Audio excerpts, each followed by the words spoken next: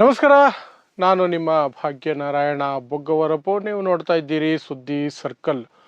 ನಿನ್ನೆ ಭಾರತದ ಇತಿಹಾಸದಲ್ಲಿಯೇ ಯಾವತ್ತೂ ನಡೆಯದೇ ಇದ್ದಂಥ ಒಂದು ಘಟನೆ ನಡೀತು. ಅದೇನು ಅಂದರೆ, ಸಿಟ್ಟಿಂಗ್ ಚೀಫ್ ಮಿನಿಸ್ಟರ್, ಹಾಲಿ ಮುಖ್ಯಮಂತ್ರಿ ಸುಪ್ರೀಂ ಕೋರ್ಟ್ ಅಥವಾ ಯಾವುದೇ ಕೋರ್ಟ್ನಲ್ಲಿ ವಾದ ಮಂಡಿಸಿದಂತಹ ಅಥವಾ ವಕೀಲಿ ಮಾಡಿದಂತಹ ಇತಿಹಾಸ ಇಲ್ಲ. ಅದು ನಿನ್ನೆ ನಡೆಯಿತು.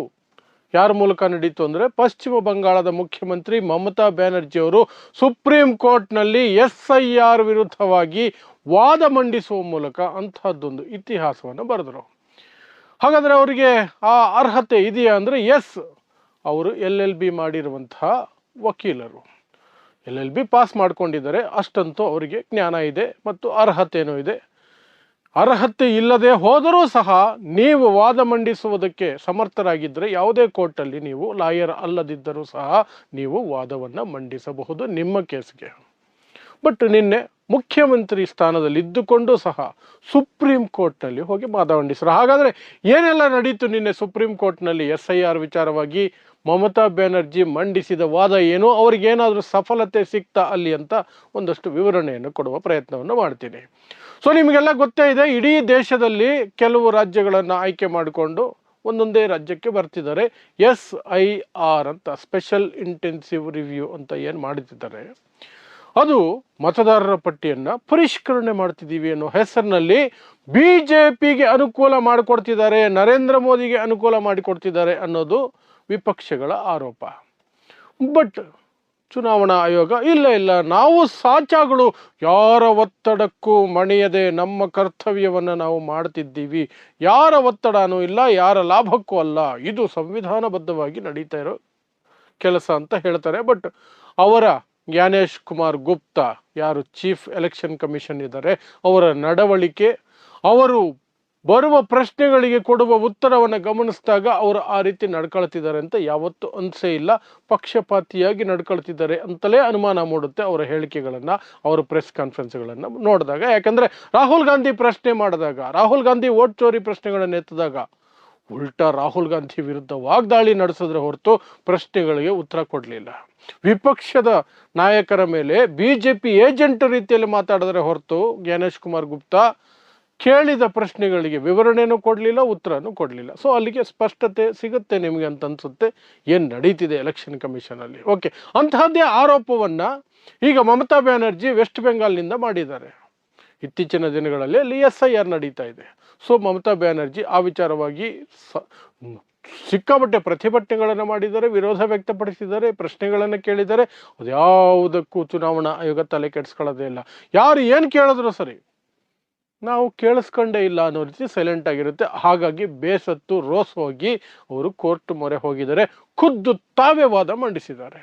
But sir, when everything is finished, when we are not getting justice, when justice is crying behind the door, I quote Rabindranath Tagore, then we thought that we are not getting justice anywhere.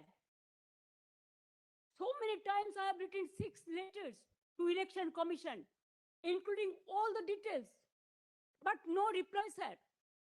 I'm a bonded labor, sir. Maybe I pay for that. I'm a very less important person. I pay for that. Sir, I'm from a common. ಹಾಗಾದರೆ ಅವರು ಎತ್ತಿದಂತಹ ಮುಖ್ಯವಾದ ಅಂಶಗಳೇನು ಕೋರ್ಟಲ್ಲಿ? ಮಮತಾ ಬ್ಯಾನರ್ಜಿ ಅವರು ಎತ್ತಿದಂತಹ ಮುಖ್ಯವಾದ ಪ್ರಶ್ನೆಗಳು ಹೆಸರುಗಳನ್ನು delete ಮಾಡೋದ್ರ ಬಗ್ಗೆ. ಅದು ಯಾವ ಕಾರಣಕ್ಕೆ? ಸ್ಪೆಲ್ಲಿಂಗ್ ಮ್ಯಾಚ್ ಆಗ್ತಿಲ್ಲ ಅಂತ ಹೇಳಿ ಹೆಸರುಗಳನ್ನು ಡಿಲೀಟ್ ಮಾಡ್ತಾ ಇರೋದು, ಅದು ಅಕ್ರಮ ಮತದಾರರು ಅಂತ. ಅದಕ್ಕೆ ಮಮತಾ ಬ್ಯಾನರ್ಜಿ ಕ್ಲಾರಿಫಿಕೇಶನ್ ಅನ್ನು ಕೊಡ್ತಾರೆ, ವಾದವನ್ನು ಮಂಡಿಸ್ತಾರೆ ಸುಪ್ರೀಂ ಕೋರ್ಟ್ನಲ್ಲಿ. ಏನು ಅಂದರೆ, ಒಂದೊಂದು ಭಾಷೆಗೂ ಅದರದೇ ಆದಂತಹ ಡೈಲೆಕ್ಟ್ ಇರುತ್ತೆ, ಒಂದೊಂದು ಭಾಷೆಯಲ್ಲಿ ಒಂದೊಂದು ರೀತಿಯಾದ ಪದಗಳನ್ನು, ಹೆಸರುಗಳನ್ನು ಪ್ರೊನೌನ್ಸ್ ಮಾಡ್ತಾರೆ. ಎಲ್ಲ ಭಾಷೆಯಲ್ಲೂ ಹಾಗೇನೆ. ತಮಿಳಲ್ಲಿ ಒಂದು ರೀತಿ ಮಾಡ್ತಾರೆ, ಬರೆಯೋ ಅಕ್ಷರನೇ ಬೇರೆ, ಉಚ್ಚಾರಣೆ ಮಾಡುವಂತಹ ಪದನೇ ಬೇರೆ, ಆ ರೀತಿಯೂ ಸಹ ತಮಿಳಲ್ಲಿದೆ. ಅದೇ ರೀತಿ ಪಶ್ಚಿಮ ಬಂಗಾಳದಲ್ಲಿಯೂ ಸಹ ಸಾಕಷ್ಟು ಪದಗಳು ಬರೆಯೋದೇ ಒಂದು, ಹೇಳೋದೇ ಒಂದಿರುತ್ತೆ, ಮತ್ತು ಆಡು ಭಾಷೆಯಾಗಿ ಅದು ಬೇರೆ ರೀತಿಯಲ್ಲೇ ಪ್ರೊನೌನ್ಸ್ ಆಗ್ತಿರುತ್ತೆ. ಅವರ ಭಾಷೆಯ ಅಸ್ಮಿತೆ ಅದು, ಅವರ ಭಾಷೆಯ ವಿಶೇಷತೆ ಅಥವಾ ಲಕ್ಷಣ ಅದು, ಆ ಭಾಷೆಯ ಲಕ್ಷಣ ಅದು. ಆದರೆ ಇದನ್ನೇ ನೆಪ ಇಟ್ಕೊಂಡು ಲಕ್ಷಾಂತರ ಮಂದಿ 70 ಲಕ್ಷ ಮಂದಿಯ ಹೆಸರುಗಳನ್ನು ತೆಗೆದು ಹಾಕಿದ್ದಾರೆ ಅಂತ ಮಮತಾ ಬ್ಯಾನರ್ಜಿ ವಾದ ಮಾಡಿಸಿದ್ರು ನಿನ್ನೆ. 70 ಲಕ್ಷ ಮಂದಿ ಹೆಸರುಗಳು ಮಿಸ್ ಮ್ಯಾಚ್ ಅಂತ ತೆಗೆದಿದ್ದಾರೆ. ಈ ಹಿಂದೆ ಇದ್ದಿದ್ದು ಎಲೆಕ್ಷನ್ ಲಿಸ್ಟು ಬಂಗಾಳಿ ಭಾಷೆಯಲ್ಲಿತ್ತು, ಅದನ್ನ ತರ್ಜುಮೆ ಮಾಡಿ ಇಂಗ್ಲೀಷಿಗೆ ಮಾಡಿದ್ದಾರೆ. ಅದು ಹೇಗೆ ಮ್ಯಾಚ್ ಆಗುತ್ತೆ? ಬಂಗಾಳಿಯಲ್ಲಿ ಪ್ರೊನೌನ್ಸಿಯೇಷನೇ ಬೇರೆ, ಇಂಗ್ಲೀಷಲ್ಲಿ ಪ್ರೊನೌನ್ಸಿಯೇಷನೇ ಬೇರೆ ಇರುತ್ತೆ, ಅದು ಮ್ಯಾಚ್ ಆಗಲ್ಲ. ಅದನ್ನ ನೆಪ ಇಟ್ಕೊಂಡು ಲಕ್ಷಾಂತರ ಜನರನ್ನು ತೆಗೆದಿದ್ದಾರೆ. ಇದು ಅನ್ಯಾಯ ಅಂತ ಮೊದಲನೇ ಪಾಯಿಂಟ್ ಮಂಡಿಸಿದ್ರು. ಆ ನಂತರ ಅವ್ರು ಎತ್ತಿದಂತಹ ಪ್ರಶ್ನೆ ಏನು ಅಂದರೆ, ಮದುವೆ ಆಗಿರುವ ಹೆಣ್ಣು ಮಕ್ಕಳ ಹೆಸರುಗಳನ್ನು ಆ ಅಡ್ರೆಸ್ ಅಲ್ಲಿ ಇಲ್ಲ ಅನ್ನೋ ಒಂದೇ ಕಾರಣಕ್ಕೆ ಅವರನ್ನು ಮತದಾರ ಪಟ್ಟಿಯಿಂದನೇ ಕಿತ್ತು ಬಿಸಾಕ್ತಿದ್ದಾರೆ. ಅವರು ಅಡ್ರೆಸ್ ಚೇಂಜ್ ಆಗಿರ್ತಾರೆ, ಅವ್ರಿಗೆ ಅದಕ್ಕೆ ಅವಕಾಶ ಮಾಡಿಕೊಡ್ಬೇಕು ಅನ್ನುವ ವಾದವನ್ನು ಮಂಡಿಸಿದ್ರು. ಆ ನಂತರ ಮೂರನೇ ಪಾಯಿಂಟ್ ಮುಖ್ಯವಾಗಿ ಅವರು ಹೇಳಿದ್ದು, ಅಸ್ಸಾಂನಲ್ಲಿ ಯಾಕೆ SIR ಇಲ್ಲ, ಅಸ್ಸಾಂನಲ್ಲಿ ಯಾಕೆ SIR ಇಲ್ಲ, ನಮಗೆ ಮಾತ್ರ ಯಾಕೆ, ಬೇರೆ ರಾಜ್ಯಗಳಿಗೆ ಮಾತ್ರ ಏಕೆ ಅನ್ನುವಂತಹ ಪ್ರಶ್ನೆಯನ್ನು ಸುಪ್ರೀಂ ಕೋರ್ಟಲ್ಲಿ ಎತ್ತಿದ್ರು. ಸೊ ಸುಪ್ರೀಂ ಕೋರ್ಟಲ್ಲಿ ಅಷ್ಟು ಮಾತ್ರ ಹೇಳಲಿಲ್ಲ ಮಮತಾ ಬ್ಯಾನರ್ಜಿ, ದೂರನ್ನು ಸಹ ಕೊಟ್ಟರು ಎಲೆಕ್ಷನ್ ಕಮಿಷನ್ ಮೇಲೆ. ಇಲ್ಲಿಯವರೆಗೆ ನಾನು ಸಾಕಷ್ಟು ವಿಚಾರಗಳನ್ನು ಪ್ರಸ್ತಾಪ ಮಾಡಿ 6 ಬಾರಿ ಪತ್ರ ಬರೆದಿದ್ದೀನಿ ಎಲೆಕ್ಷನ್ ಕಮಿಷನ್ಗೆ, ಒಂದು ಸಲ ಸಹ ನನಗೆ ಉತ್ತರ ಕೊಟ್ಟಿಲ್ಲ ಅವರು. May be I am not important person, ನಾನು ಮುಖ್ಯ ವ್ಯಕ್ತಿ ಅಲ್ಲದೇ ಇರಬಹುದು ಅವರ ಪ್ರಕಾರ, ಬಟ್ ಸಾಮಾನ್ಯ ಪ್ರಜೆಯಾಗಿ ಕೇಳ್ತಾ ಇದ್ದೀನಿ, ನನ್ನ ಜನಗಳಿಗಾಗಿ ಕೇಳ್ತಾ ಇದ್ದೀನಿ, ಅದಕ್ಕೆ ಉತ್ತರ ಕೊಡಬೇಕಲ್ವಾ, ಅವರು ಉತ್ತರನೇ ಕೊಡ್ತಿಲ್ಲ ಅನ್ನುವಂತಹ ದೂರನ್ನು ಸಹ ಸಲ್ಲಿಸಿದ್ರು. ಹಾಗಾದರೆ ಅವರ ವಾದ ಸಮರ್ಥವಾಗಿತ್ತ? ಜಡ್ಜಿಗಳಿಗೆ ಅರ್ಥ ಆಯ್ತಾ? ಜಡ್ಜಿಗಳು ಏನು ಹೇಳಿದ್ರು? ಬೆಂಚು ಜಡ್ಜಿಗಳಿಗೆ ಬಹಳ ಚೆನ್ನಾಗಿ ಅರ್ಥ ಆಯಿತು. ಮಮತಾ ಬ್ಯಾನರ್ಜಿ ಇಂಗ್ಲೀಷಲ್ಲೇ ವಾದ ಮಂಡಿಸಿದ್ರು, ಬಹಳ ಫಸ್ಟ್ ಕ್ಲಾಸಾಗಿ ಅರ್ಥ ಆಯಿತು. ಜಡ್ಜಿಗಳು ಆ ವಿಚಾರವನ್ನು ಮುಂದಿಟ್ಟು ಕೆಲವು ಅಂಶಗಳನ್ನು ಅವರು ಸಹ ಹೇಳಿದ್ರು. ನೀವು ಹೇಳ್ತಾ ಇದ್ದೀರಲ್ಲ, ಭಾಷೆ ಕಾರಣಕ್ಕಾಗಿ, ಉಚ್ಚಾರಣೆ ಕಾರಣಕ್ಕಾಗಿ ಹೆಸರುಗಳು ಅಲ್ಲಿ ವ್ಯತ್ಯಾಸ ಕಂಡು ಬರ್ತಾ ಇದೆ ಅಂತ, ಅದನ್ನು ನಿವಾರಣೆ ಮಾಡೋದಕ್ಕೆ ನೀವೇ ಎಂಪ್ಲಾಯಿಗಳನ್ನು, ಸ್ಟಾಫನ್ನು ಕೊಡ್ತೀರಾ, ಎಲೆಕ್ಷನ್ ಕಮಿಷನ್ ಸ್ಟಾಫ್ ಜೊತೆ ಕೋಆರ್ಡಿನೇಟ್ ಮಾಡೋದಕ್ಕೆ ಯಾವ ಹೆಸರುಗಳು ಯಾವ ರೀತಿಯಾಗಿ ಹೋಗಬೇಕು ಅಂತ. ಯಾಕಂದರೆ ಎಲೆಕ್ಷನ್ ಕಮಿಷನ್ ಬೆಂಗಾಳಿಯಲ್ಲಿ ಎಕ್ಸ್ಪರ್ಟ್ ಆಗಿರೋದಿಲ್ಲ, ಹಾಗಾಗಿ ನೀವು ಕೊಡೋ ಹಾಗಿದ್ರೆ ನೋಡಿ ಅನ್ನುವ ಸಲಹೆಯನ್ನು ಸಹ ಬೆಂಚ್ ಕೊಡ್ತು. ಅದರ ಜೊತೆಗೆ ಎಲೆಕ್ಷನ್ ಕಮಿಷನ್ಗೆ ನೋಟಿಸ್ಗಳನ್ನು ಕೊಟ್ಟಿದೆ.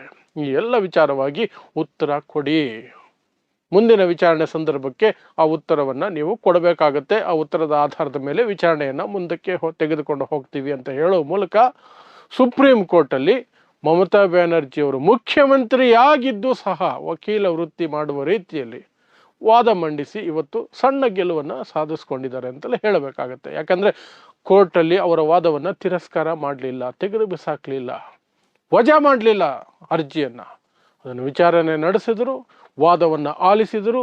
ಜಡ್ಜಿಗಳು ಸಹ ಅವರ ಏನು ಸಲಹೆಗಳಿತ್ತು ಅದನ್ನು ಕೊಟ್ಟರು, ಅವರಿಂದ ಮಾಹಿತಿ ಪಡ್ಕೊಂಡ್ರು ಮಮತಾ ಬ್ಯಾನರ್ಜಿಯಿಂದ, ಮತ್ತು ಎಲೆಕ್ಷನ್ ಕಮಿಷನ್ಗೆ ನೋಟಿಸನ್ನು ಸಹ ಕೊಟ್ಟಿದ್ದಾರೆ.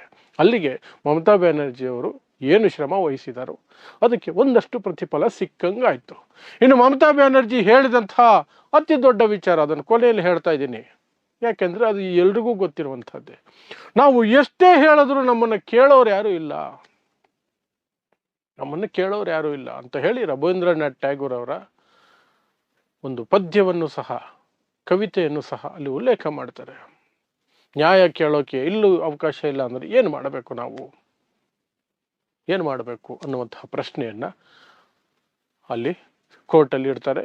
ಅದಕ್ಕೆ ಪೂರಕವಾಗಿ ಕೋರ್ಟ್ ಸಹ ಸ್ಪಂದಿಸಿದೆ. ಅದೊಂದು ಪಾಸಿಟಿವ್ ಆದಂತಹ ರೆಸ್ಪಾನ್ಸು ಮಮತಾ ಬ್ಯಾನರ್ಜಿಯವರಿಗೆ.